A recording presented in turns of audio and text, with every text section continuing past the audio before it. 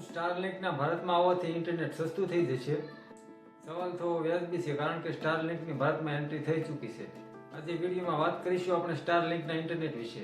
અંદાજે વર્ષ કે દોઢ વર્ષ પહેલા ગુજરાત અને ભારત સહિત વિશ્વમાં એકદમ તેજ પ્રકાશથી ચમકતા તારલાઓનું લાઇનબદ્ધ ઝુમખું જોવા મળ્યું હતું.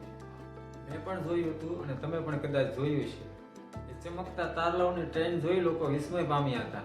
થોડા સમય પછી એ ચમકતા તારલાઓના રહસ્ય પરથી પડદો ઉંચકાયો અને જાણવા મળ્યું કે ચમકતા તારલાઓ એલોન મસ્કની કંપની સ્ટારલિંકના સેટેલાઇટ છે, જે તેની જ કંપની સ્પેસએક્સ દ્વારા પૃથ્વીની ભ્રમણ કક્ષામાં તરતા મૂકવામાં આવ્યા હતા, જે પૃથ્વીથી 550 કિલોમીટરની ઊંચાઈ પર તરી રહ્યા છે અને સમગ્ર પૃથ્વીનું ચક્કર કાપે છે. નમસ્કાર મિત્રો, હું છું મહેન્દ્રસિંહ સરવૈયા. ઇન્ફોબીટ ગુજરાતી યુટ્યુબ ચેનલમાં તમારું સ્વાગત કરું છું. અંતરિક્ષમાં એવા સેટેલાઇટ હોય તો કે જે ધરતી પર મોટા પ્રમાણમાં ઇન્ટરનેટ ઉપલબ્ધ કરાવી શકે. આ કોન્સેપ્ટ ઉપર ઘણા લાંબા સમયથી પ્રયાસો થઈ રહ્યા છે. દેશ અને દુનિયામાં હજી ઘણા વિસ્તારો એવા છે કે જ્યાં ઇન્ટરનેટ પહોંચ્યું જ નથી. અતિ દુર્ગમ ગ્રામીણ વિસ્તાર, ડુંગરાળ વિસ્તાર, રણ વિસ્તાર, આકાશમાં ઉડતા વિમાનમાં ઓપ્ટિકલ ફાઇબર ઇન્ટરનેટ શક્ય જ નથી. ઇન્ટરનેટની પહોંચ બહુ ઓછી હોય છે એવા વિસ્તારોમાં સેટેલાઇટની મદદથી ઇન્ટરનેટ ઉપલબ્ધ કરાવવાનો સ્ટારલિંકનો ઈરાદો છે. વિશ્વના 33% અને ભારતના 48% લોકો સુધી હજી ઇન્ટરનેટ પહોંચ્યું નથી. સ્ટારલિંક 2019માં શરૂ કરવામાં આવી હતી અને હાલ વિશ્વના 56 દેશોમાં તે પોતાની સર્વિસ આપી રહી છે. કંપનીના ભારતમાં આવવાથી ઇન્ટરનેટની દુનિયામાં બહુ મોટો બદલાવ જોવા મળશે. અત્યારે જે ઇન્ટરનેટની સ્પીડ છે તેના કરતાં અનેક ગણી સ્પીડ વધી શકે છે.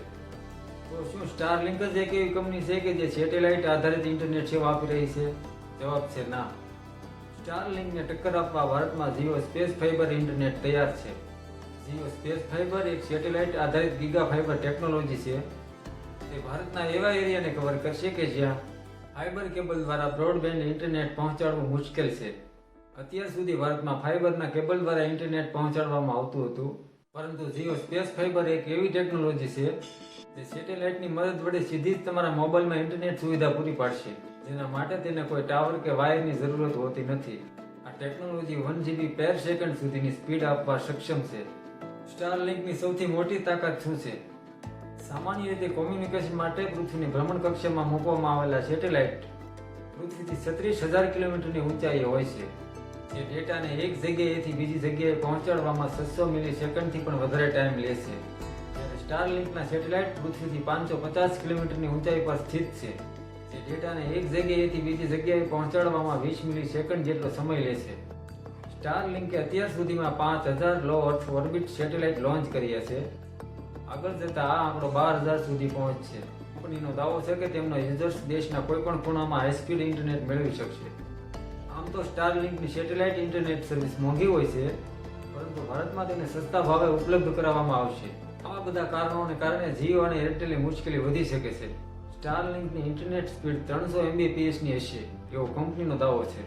ભારત સરકારના દૂરસંચાર વિભાગ દ્વારા સ્ટારલિંકને GMPCS એટલે કે global mobile personal communication by સેટેલાઇટનું લાયસન્સ આપી દેવામાં આવ્યું છે. પરંતુ આ લાયસન્સ મળી ગયા પછી પણ કેટલીક રેગ્યુલેટરી એપ્રુવલની જરૂર હોય છે, જે મળી ગયા પછી કંપની પોતાની ભારતમાં કમર્શિયલ ઇન્ટરનેટ સર્વિસ શરૂ કરી દેશે. સ્ટારલિંકના ભારતમાં આવવાથી સામાન્ય જનતાને ફાયદો જ છે. સસ્તું, સરળ અને હાઈ સ્પીડ ઇન્ટરનેટ મળશે. હજુ સુધી જ્યાં ઇન્ટરનેટ પહોંચ્યું નથી તેવા વિસ્તારોમાં ઇન્ટરનેટ પહોંચી જશે, જેના કારણે સરકારની ડિજિટલ ઇન્ડિયાની ઝુંબેશ સફળ થશે. હમણાં સુધી એવી વાતો થતી હતી કે 21 અને 22 એપ્રિલે એલોન મસ્ક ભારતની મુલાકાત લઈ શકે છે અને સરકાર સાથે પોતાના પ્રોજેક્ટ અંગે ચર્ચા કરી શકે છે, પરંતુ તાજી જાણકારી મુજબ મસ્કનો ભારત પ્રવાસ મોકૂફ રાખવામાં આવ્યો છે. તો મિત્રો, આ હતી સ્ટારલિંકની સફર. વિડીયો રસપ્રદ લાગી હોય તો લાઇક અને શેર કરી દેજો તથા ચેનલને સબસ્ક્રાઇબ કરી લેજો, જેથી કરી નવા વિષય પર નવો વિડીયો બનાવવાની મને પ્રેરણા મળે. મળીશું નવા વિષય સાથે. ધન્યવાદ.